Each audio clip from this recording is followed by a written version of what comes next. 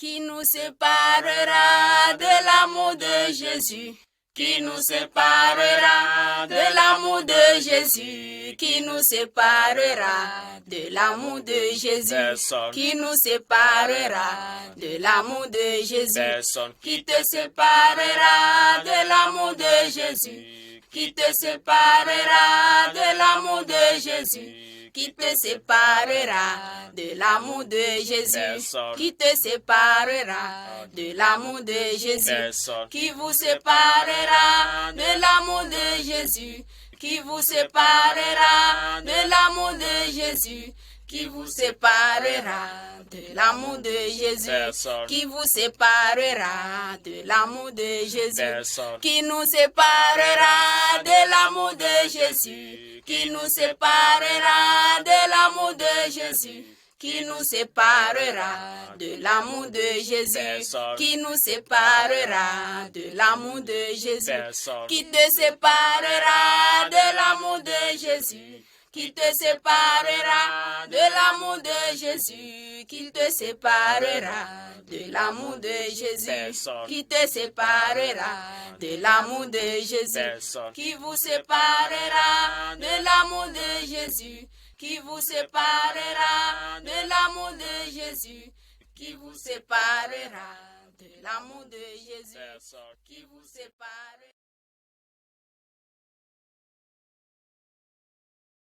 Bonjour, sœur Nathalie. Bonjour. Et les enfants? Oh, les enfants, ça va? Et papa? Papa va bien. Et le boulot? L'année 2020 a semblé être une année merveilleuse pour le monde entier. Mais peu après, c'est la désolation totale. Un chaos total. Un éblouissement total. Une inquiétude grandissante. L'homme est face à une réalité jamais connue. La pandémie de l'heure a fait beaucoup de morts et le bilan fut lourd partout ailleurs dans le monde. Ce Covid-19, où en sommes-nous vraiment? Partout dans le monde, il y a de l'incertitude et même la peur. Le monde entier est frappé par une maladie grave et mortelle. Aucun continent n'est épargné. Personne ne sait combien de temps cela durerait. Tout le monde a été affecté d'une manière et d'une autre. Certains ne peuvent pas travailler et ont donc perdu leurs revenus. Les économies mondiales souffrent et l'impact est général. Pourquoi cela arrive-t-il? Est-ce la fin du monde? Est-ce un mauvais cauchemar? Ou c'est parce que le monde entier est puni pour un crime? Pourquoi souffrons-nous ainsi? Il y a beaucoup de questions, mais pas de réponses faciles. Mais il y a des choses importantes à penser. Il y a un avenir. Pour trouver de l'espoir et de la force pour l'avenir, et qui est un message d'espoir, dans la Bible, il y a beaucoup de questions, mais pas de réponses faciles. Mais il y a des choses importantes à penser. Il y a un avenir. Pour trouver de l'espoir et de la force pour l'avenir, et aussi trouver des réponses à vos questions, Dieu le Créateur lui-même nous a donné sa parole qui est un message d'espoir. Dans la Bible, il y a beaucoup d'histoires de maladies et de catastrophes naturelles et la Bible nous parle de la situation de l'homme. Ah bon? Cher ami, pouvez-vous m'aider? Je ne sais pas trop quoi faire, ni même penser. Quand j'ai entendu parler de cette pandémie pour la première fois, j'avais tellement peur. Je me demandais toujours si moi ou l'un de mes enfants pourrions être les prochains à tomber malades. Je ne peux pas m'empêcher de penser qu'un Dieu quelque part doit être très en colère contre nous. Ma sœur, j'espère pouvoir vous aider. Il est vrai que lorsque de mauvaises choses se produisent, les gens pensent souvent qu'un Dieu est en colère et les juge. D'autres croient que c'est un destin aveugle. Mais pour répondre à vos questions, je voudrais vous raconter quelques histoires. Ce sont des histoires vraies de la Bible et elles nous aident à comprendre des situations comme celle-ci. Le premier concerne Jésus, le messager spécial de Dieu, Les gens ont interrogé Jésus sur la souffrance et sur le jugement de Dieu aussi. Il était un grand enseignant et un conteur d'histoire. Les gens aimaient l'écouter. Jésus a prononcé des paroles de sagesse, des paroles de réconfort et d'espoir du seul vrai Dieu. Parfois, il prononçait des mots d'avertissement. Les paroles qu'il a prononcées il y a longtemps sont très importantes pour nous aujourd'hui. Pierre, qu'est-ce que cela veut dire? Ma sœur, Jésus a expliqué très clairement que lorsque de mauvaises choses arrivent à certaines personnes, cela ne signifie pas qu'elles sont mauvaises ou pires que les autres. Cela ne signifie pas qu'elles méritent d'être punies plus que les autres. Mais il leur a dit de considérer la souffrance et la mort des autres comme un avertissement pour être prêt à tout moment à faire face à Dieu. Dieu est le juge final et il décidera de notre sort pour toujours. Son jugement dépendra du fait que nous avions écouté sa parole et lui avons obéi ou pas. Donc, quand j'entends parler de personnes qui meurent de cette maladie, je dois le prendre comme un rappel et un avertissement que je dois être prêt à affronter la mort à tout moment? Oui, c'est vrai, ma sœur.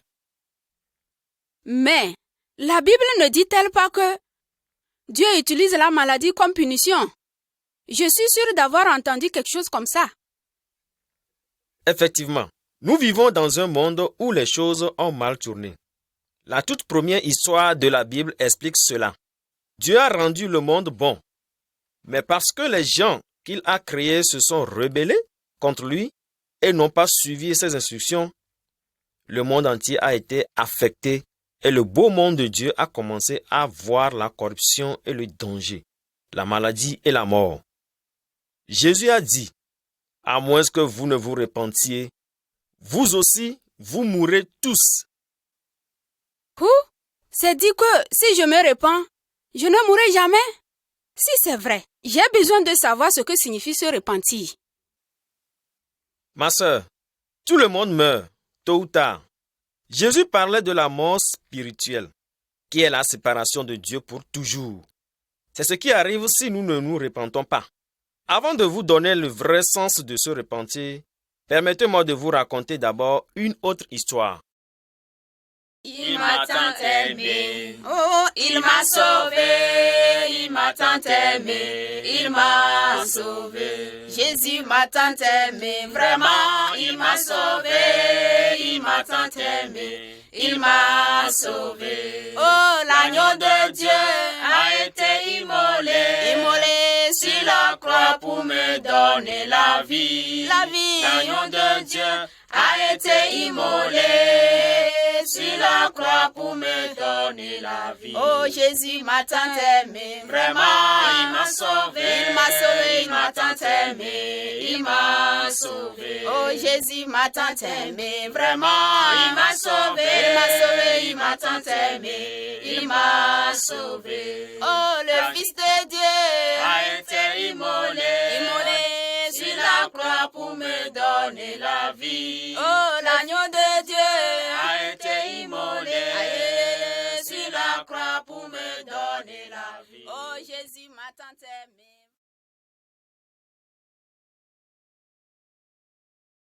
Généralement, l'homme dans son état physique ou spirituel connaît la souffrance. Mais est-ce que cette souffrance est en réalité due à un péché? Regardons un peu la pandémie de l'heure, ce Covid-19, qui a touché presque le monde entier et qui a fait beaucoup de morts. Et même les enfants en sont aussi victimes. Dieu dit dans sa parole que les souffrances de certaines personnes sont pour sa gloire. C'est le cas de l'aveugle né de naissance dans la Bible. Cela est arrivé pour glorifier le nom de Dieu et faire voir sa puissance. Suivons un peu cette histoire. Un jour, alors que Jésus marchait avec ses amis, ils ont vu un homme aveugle de naissance qui avait son assiette en main en train de demander de l'argent. Maître, demandèrent ses amis, pourquoi cet homme est-il né aveugle? Est-ce à cause des mauvaises choses qu'il a faites ou à cause des mauvaises choses que ses parents ont faites? Jésus dit que cela est arrivé pour glorifier le nom de Dieu et faire voir sa puissance. Pierre, dis-moi, est-ce que toutes les mauvaises choses arrivent juste pour que les gens voient la puissance de Dieu? Ma sœur, non, pas du tout. Ce n'est qu'une des nombreuses raisons pour lesquelles la souffrance se produit. Dans la Bible, il y avait un homme qui avait beaucoup souffert, mais toujours dans sa souffrance, glorifiait le nom de Dieu. Il est bon et son amour est infini. Il est bon et son amour est infini. Alléluia. Il est bon.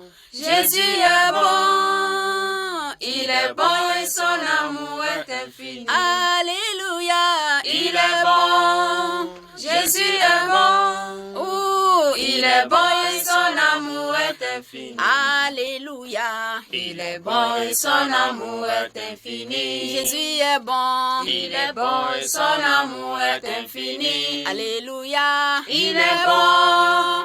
Jésus est bon.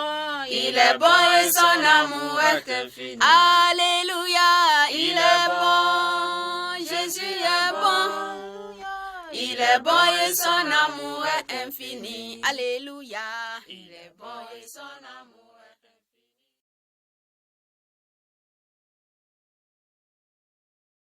Aujourd'hui, le monde est confronté à un problème grave de maladie et de mort.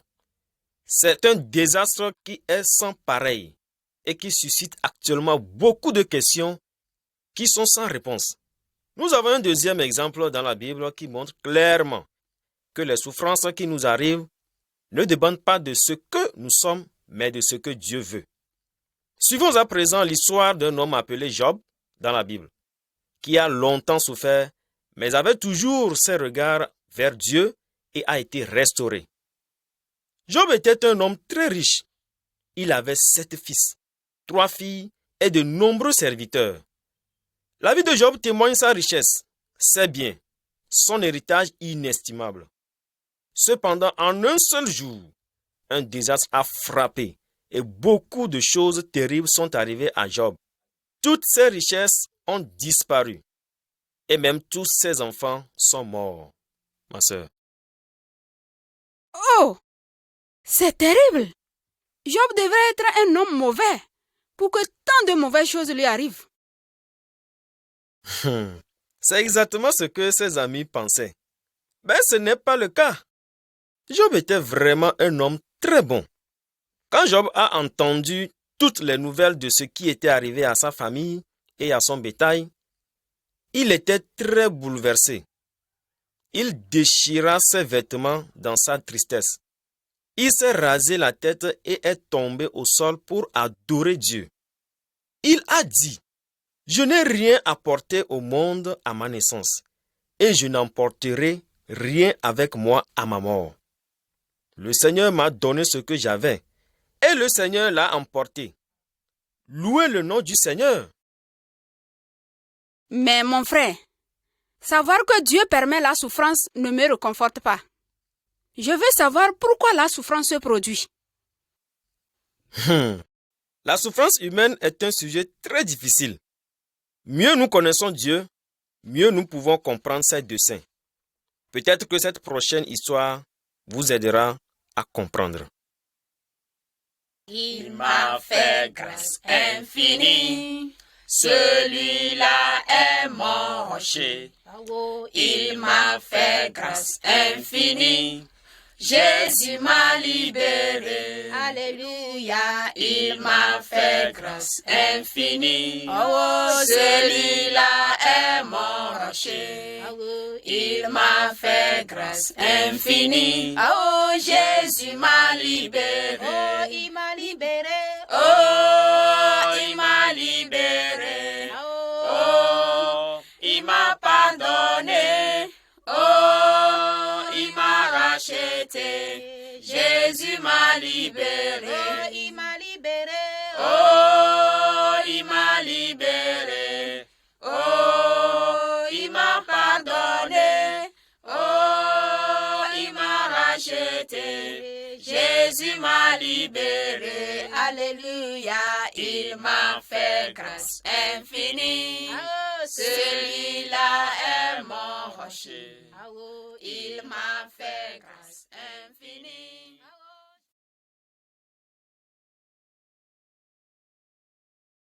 La pandémie de l'heure, ce Covid-19 a suscité beaucoup de recherches. Mais pour l'instant, aucune recherche n'a encore abouti. La peur de l'homme est sans cesse grandissante et le monde entier est au bout de son souffle. Mais il y a un homme qui a déjà souffert pour nous. C'est le Fils unique de Dieu qui s'est sacrifié pour que le monde soit sauvé. Cher ami, je t'invite à suivre attentivement l'histoire de Jésus et savoir comment peux-tu être sauvé par lui. Lorsque Dieu a créé les gens, il leur a donné des instructions spéciales. Mais les premières personnes n'ont pas écouté les instructions de Dieu. Ils l'ont désobéi. La vie est devenue très difficile. C'est pourquoi Jésus, le messager spécial de Dieu, est venu nous montrer l'amour de Dieu et nous aider à le connaître. Pour ce faire, il a pris sur lui la punition que tout le monde mérite. Tout comme les premières personnes, nous avons également refusé d'écouter Dieu. Nous méritons la punition de Dieu. Mais Jésus a pris notre punition sur lui. Il a souffert physiquement lorsqu'il a été cloué sur une croix en bois et est mort à notre place. Dans la Bible, il est dit: Dieu aimait tellement le monde qu'il a envoyé son Fils unique Jésus pour que quiconque croit en lui ne périsse pas, mais ait la vie éternelle. Mon frère, est-ce que moi aussi je peux poser une question? Cela semble vraiment incroyable, mais comment savoir que la souffrance de Jésus nous aide? Parce qu'il est mort. Effectivement, c'est une bonne question. Jésus n'est pas resté mort. Le troisième jour après avoir été cloué sur la croix et mort, Dieu l'a ressuscité. Il a été vu par de nombreuses personnes. Il a dit: N'ayez pas peur. Je serai toujours avec vous. Je vais vous aider.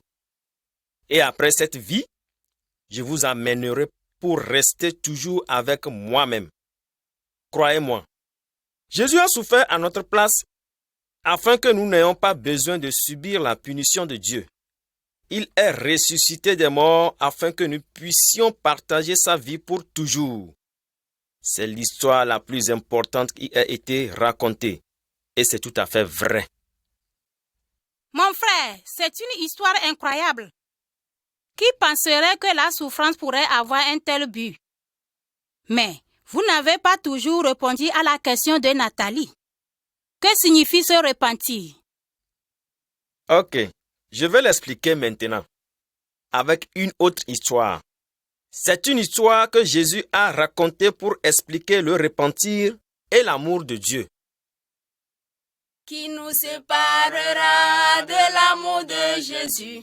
Qui nous séparera de l'amour de Jésus? Qui nous séparera de l'amour de Jésus? Personne. Qui nous séparera de l'amour de Jésus? Personne. Qui te séparera de l'amour de Jésus? Qui te séparera de l'amour de Jésus? Qui te séparera de l'amour de Jésus? Personne. Qui te séparera de l'amour de Jésus? Personne. Qui vous séparera de l'amour de Jésus? Qui vous séparera de l'amour de Jésus?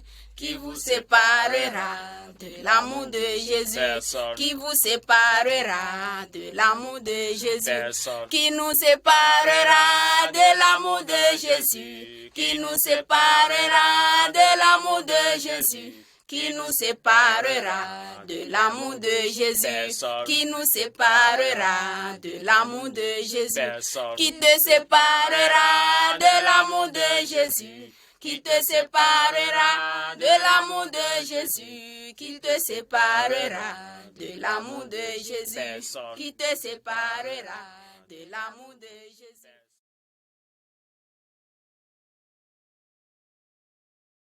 Comme je le disais, les dégâts matériels que cette maladie terrible, ce Covid-19, est en train de causer, l'homme doit faire face à une prise de conscience sans précédent de son état de péché.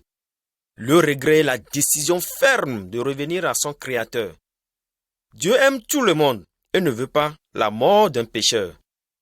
Voici l'histoire d'un père et de son fils cadet qui nous apprend comment se repentir lorsque nous péchons.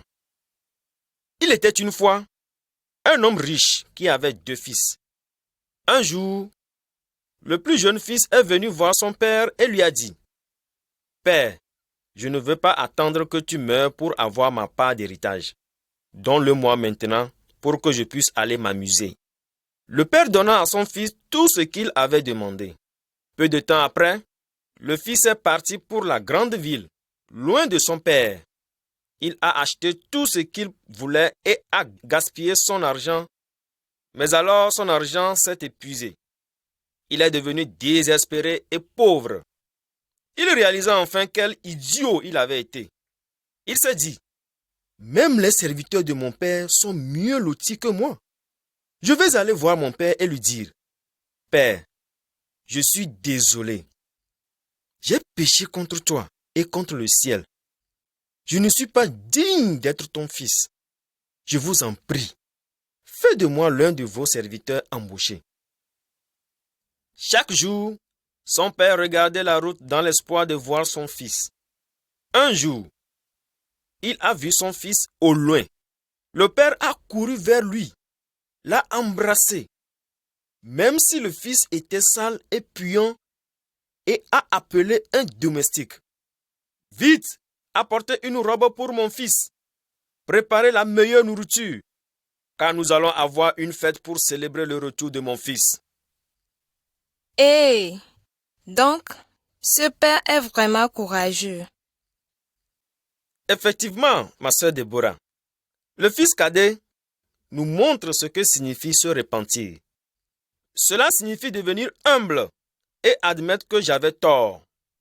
J'ai désobéi à Dieu et je suis prêt à changer. Si nous sommes sincères et nous lui confessons nos péchés, il est fidèle et juste pour nous les pardonner à travers la mort de son fils Jésus. Comment saurons-nous que Dieu nous acceptera? Oui, ma sœur Déborah. Le père de l'histoire nous montre à quoi ressemble Dieu. Dieu nous aime même lorsque nous nous rebellons contre lui. Il attend que nous revenions à lui. Il veut et attend de nous pardonner et de nous ramener, de faire de nous ses enfants. Waouh! C'est une bonne nouvelle. Je veux certainement revenir à Dieu. Mais pourquoi tout le monde ne revient-il pas à Dieu? C'est une très bonne question. Beaucoup de gens pensent qu'ils sont déjà assez bons pour Dieu. Ces gens pensent que leurs propres efforts, bonnes œuvres et rituels et activités religieuses les rendent suffisamment bons pour Dieu. Ils ne sont pas prêts à se repentir et à accepter son pardon et son amour. En fin de compte, ils restent séparés de Dieu. Il est vrai que dans cette vie, nous serons confrontés à de nombreux défis, certains grands et d'autres petits. Quels que soient les problèmes auxquels nous sommes confrontés, Dieu veut que nous venions à lui pour obtenir de l'aide. Il veut que nous ayons confiance en Jésus et que nous le suivons. Lorsque nous faisons cela, nous faisons partie de la famille de Dieu. Nous trouvons notre but dans cette vie. Dieu promet qu'il nous aidera à faire face à nos problèmes et après cette vie, il nous amènera pour toujours être avec lui. Ne laissez pas vos souffrances et vos problèmes vous éloigner de Dieu. Laissez-les vous attirer vers Dieu. Il nous donne la force d'endurer et d'espérer pour l'avenir. Si vous avez besoin de plus d'aide pour connaître Jésus, parlez à la personne qui vous a donné cet enregistrement ou cherchez un pasteur ou un ami chrétien. Vous pouvez même simplement parler à Jésus. Vous ne pouvez pas le voir, mais il vous entendra. Dites-lui que vous êtes désolé de ne pas avoir suivi son chemin et que vous voulez vivre pour lui. Demandez-lui de vous pardonner pour tout le mal que vous avez fait et pour vous avoir suivi pour votre propre chemin. Dites-lui que vous croyez qu'il a souffert et qu'il est mort pour vous. Et demandez-lui de venir dans votre vie et de faire de vous une nouvelle personne. Ensuite, lorsque vous avez fait cela, assurez-vous de trouver d'autres personnes qui suivent Jésus afin que vous puissiez vous encourager mutuellement et en apprendre davantage sur Jésus et à vivre à sa manière. Que Dieu vous bénisse et qu'il soit avec vous.